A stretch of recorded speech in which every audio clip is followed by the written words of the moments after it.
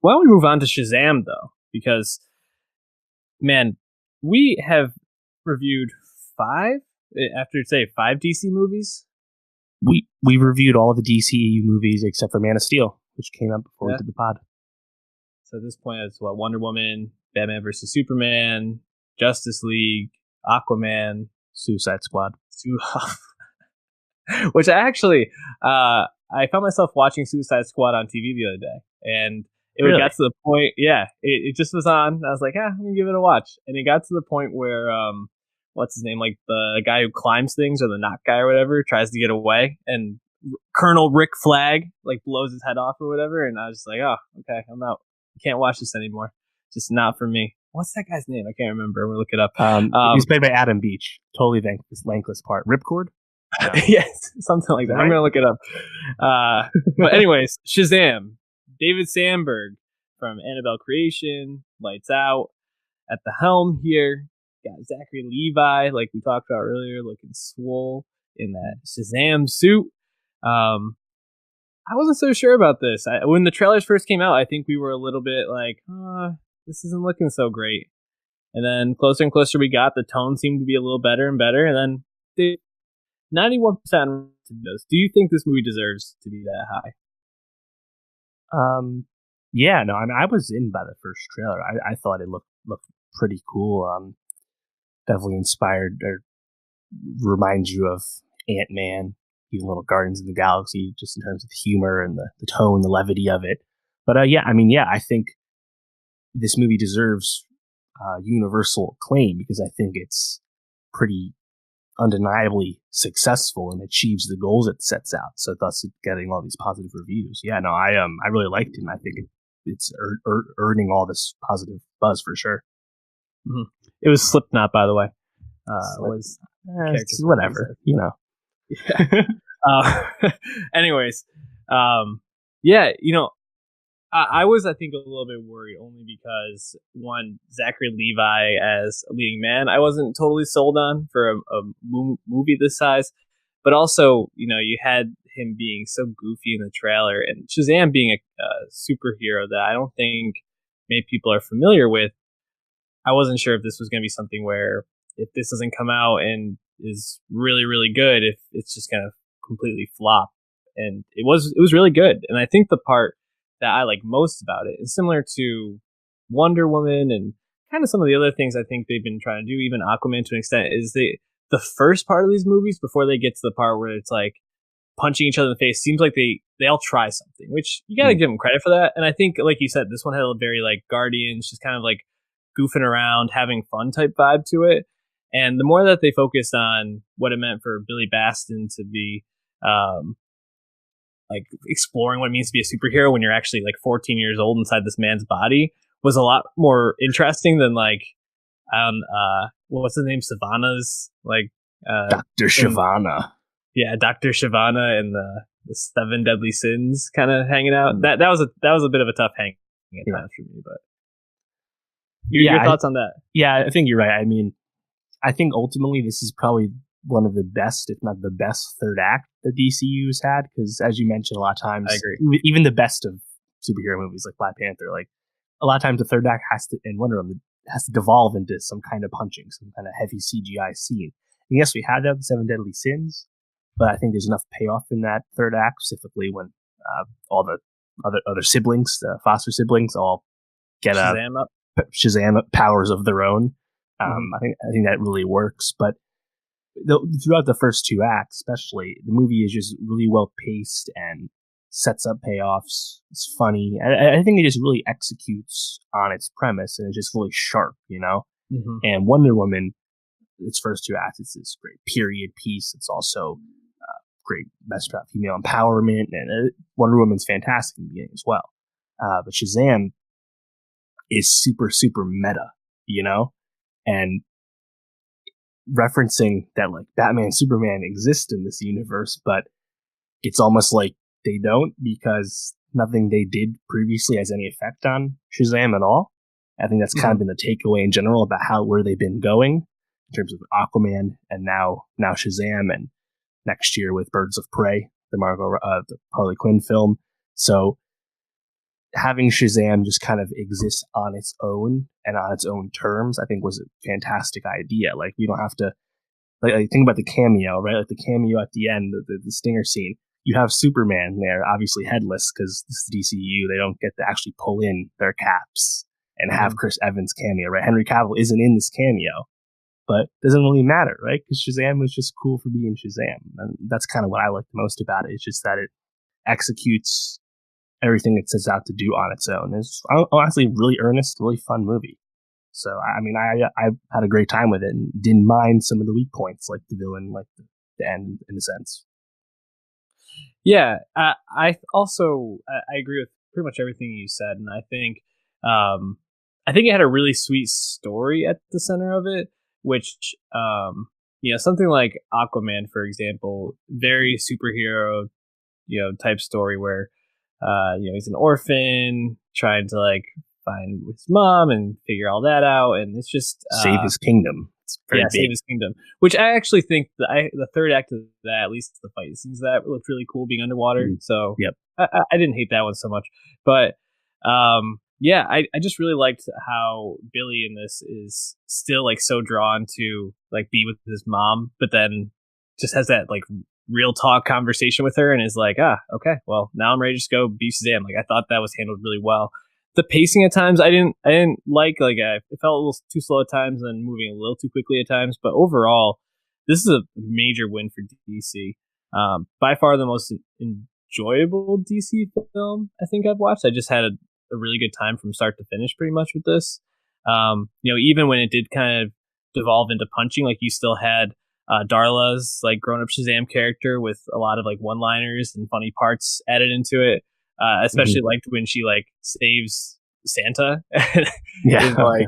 It's like, oh, it's really you, and then like starts talking. He's like, what the hell?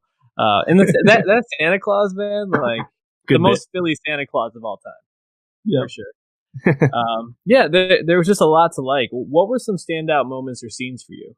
Yeah, well honestly, I think Jack Grazer, who plays Freddy, really brings the movie together because it's his relationship with Zach, with adult Shazam, right? Yeah. Like I think that's like the winning formula, that keeps the movie going. I think what's his name? Alex Asher, young Billy. He's okay. I think he's a bit of a one-up performance, but Jack and Zach, their relationship and then chemistry, in the roles, I think really needed to work for the movie to be as successful and have the funny bits land. That needed to work, and it did. And right from the get-go, when Freddy just again gets very meta, then he starts talking about social media and all the names they start giving Shazam and all these things. It's really funny, but it's also, again, like I said, very sharp. It's witty humor, and having that training montage that we see a bit of in the trailer, I think that's really well done because it plays into social media. Interesting choice. In the trailer, they used Kendrick Lamar's Humble for the song, but in the movie, it's actually Queen's Don't Stop Me Now. I'm wondering if that was a late change given the Bohemian Rhapsody Queen Has Never Been Hotter buzz, who knows? But yeah, I think really, and actually, even backing up even further, the way they set up Dr. Shyvana and the wizard Shazam, by the Gemini Hanchu plays, I actually thought that worked well. It was effective enough for villain motivation, and also a cool prologue where, this is a PG-13 film, but I mean, there's still some fairly dark moments for a movie that also has plenty of laughs. So, yeah, I really think the first two acts are pretty tight. And like Mark Strong, I've always liked Mark Strong as a performer. He's relatively typecast as a villain, apart from like the Kingsman movies. But the Doctor, he was good enough. It's kind of like the Ant-Man 2 villain, the Ghost, like did what it needed to do, didn't really get in the way, but didn't really lighten things up. I thought the Seven Deadly Sins in particular were just kind of annoying, just because it's hard to tell them apart. Like I wasn't really sure who most of them were, besides the obvious ones, like, oh, Gluttony's the big fat guy. I got that one, Yeah. But overall, I think most of the first two acts are really sharp, really tight. So that's a strength. I think those were most of the rewatchable scenes would be as well. What about you? What stood out to you? No, the training montage I think was an obvious high note, and I also really like how they basically made this like modern day Big, where it's Mm. like he's not I, like just the fact that he becomes a superhero and like he's finally like, oh yeah, like okay, I'm an adult man in this body. He's like, oh, let's go try to buy beer, and like that Mm. whole sequence of them in the convenience store, I thought You don't have was a fake ID. yeah, man, I am the ID. Like, so good. I'd like to buy your finest beer, please. Okay, just so good. And also just his reaction when he finds out that he's bulletproof, and he's like, So good. yeah, just perfect. And Zachary Levi, I mean, I can't say enough about. He was perfectly cast for this, which I never would have expected. But I guess it's like similar to I don't know, like Chris Pratt. Like I never would have expected him to be a star like this. But he really brought that like childish air to the character that you needed. Like you couldn't have put like Chris Pine or Chris Evans or even like Hemsworth. I think would have been difficult to see, but Levi had just this like innocence to him that I think would have been really good. I guess maybe Hemsworth could have brought that because I think Thor has Sure. an innocence to him but overall, just he was fantastic. One of the scenes really stood out. Yeah, the Seven Deadly Sins. Like I said, tough hanging times. I agree. It was hard to tell them apart, and they actually, I think, even kind of nodded at this when Zachary Levi's like, he's like, I thought she's gonna be way, way better. Like it was, I forgot what that one is, like seduction or whatever. Lust, maybe. Yeah, lust. I thought she's gonna be way more attractive than it was. Right. Like such a good call out. And yeah, I also really did like the part at the end when the family gets the powers. Like I thought that was a cool like twist to all of it and how they kind of brought them in together. And I also think that gives a lot of opportunity for like the future films. Which, I mean, do we want to talk about the post credit scene with the evil caterpillar? What's it called? Mind. Mr. Mind is what he's called. Getting weird, man. I don't care. Go for it, man. That's cool. Yeah. Honestly, before we get to the future, I saw this criticism going around. Some people didn't mind it. Some people did point it out, though. So Asher Angel, when he plays normal Billy, pretty stoic, maybe a little wise beyond his years, young teen, right, or preteen, right? It's more measured performance, whereas Jack Grazer's Freddy is a more energetic performance, right? But then when Billy Shazams into Zachary Levi, it almost seemed like he got more childish, almost more immature. But then when we go back to Asher, this Billy, we don't get that anymore. Some people thought that they just didn't sync up enough.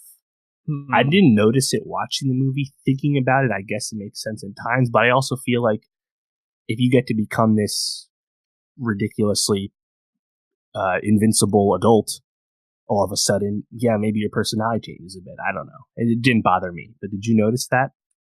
I think I mean, it was something I think I thought about for 1 second, but then I rationalized it by if I was a unhappy 14-year-old kid and then I had the ability to shoot lightning out of my hands and I was all of a sudden making money and had all these opportunities, I would probably be a lot happier in that sense. So right. I think like his childishness and like that wonder it makes sense when you really think about it. But it's I guess a fair criticism, but man, you're really like picking nits there, I feel like. It doesn't break the movie or anything, just an observation people have. What do you want to see from a future Shazam movie? Well, the thing is, I don't know how soon we're getting a future Shazam movie, just the way DC's moving these days. Like, Aquaman 2 immediately greenlit the success of Aquaman. Again, Aquaman made $1.1 billion, the biggest DC movie ever, bigger than any of the Nolan movies, right? Mm-hmm. But Aquaman 2 is coming out December 2022, 4 years after the first Aquaman. They kind of already have their slate. So it's like we got Birds of Prey and Wonder Woman 1984 for next year, 2020. 2021, we have The Batman for Matt Reeves, and then The Suicide Squad, the James Gunn Suicide Squad sequel. That's 2021. The Flash is nebulously slated for 2021 right now. We know there's talk about the script, and perhaps Ezra Miller would leave the role because he wants to do it darker than DC wants to do. And I think DC ultimately needs to keep this forward momentum going. And, you know, you can replace Ezra Miller. I don't think that's a deal breaker by any stretch. But either way, that's you know, that's nebulous. And then 2022, we have one movie at the end of the year. Man of Steel sequel, no sign of that. Blue Beetle was recently talked about. No date, no information. So when would Shazam 2 come out? Maybe 2022? Early 2022? I guess that's possible. The thing about this was a relatively cheap superhero movie. It was like under $100 million for the budget. It was Logan money, a little more than Deadpool. So the fact that it had a modest opening weekend didn't really matter because it doesn't have a high bar to be a financial success. So less effects, make it faster. Still seems like it's far away, which I don't know. But maybe you want to capitalize on the momentum. Who can say? But yeah, I think keeping the cast of the kids with their powers, I think you got to keep that involved, at least to a certain extent. Maybe have them in bit roles because we don't really recognize any of those actors. But with Mr. Mind, it sounds, I mean, he's like one of the big Shazam nemesis. I mean, I feel like we can go in any direction. But I mean, do you have any thoughts on where you'd want to go? Because this was more of a traditional origin of sorts. We had fish out of water. We had a lot of common tropes we see in hero stories. And now for this sequel, there's a lot of potential. So what would you want to see? Well, in terms of when the next Shazam movie will come out, if they want to use the kids still, they need to do it fairly soon because those kids aren't going to look like they do in the next 2 years. However, there was talk when we first talked about the DC movie verse back, I think, in 2016. Yeah, it must have been 2016. Of a Black Adam movie, and he's with Dwayne "The Rock" Johnson, and I'm sure at that point they'll probably pull some of these characters back in, maybe not all of them, but I could definitely see Asher and Glazer, as well as Levy and Adam Brody. Seems, I mean, out of all those like grown up Shazams, Adam Brody's probably the only recognizable one outside of Zachary Levi, obviously. So I could see them kind of teaming up and doing something. I don't know. It's going to be interesting. I don't really have an idea of, I guess, where Shazam is going to go, but I do think we'll see it sooner rather than later, and most likely probably centered around Dwayne "The Rock" Johnson. So I'm cool with that. You know, if they have to make Black Adam team up with them in some sense to like take out Mr. Mind, like that could be a pretty cool premise. So all for it. But shout out DC, right? Yeah, right in the ship, man. Good for them.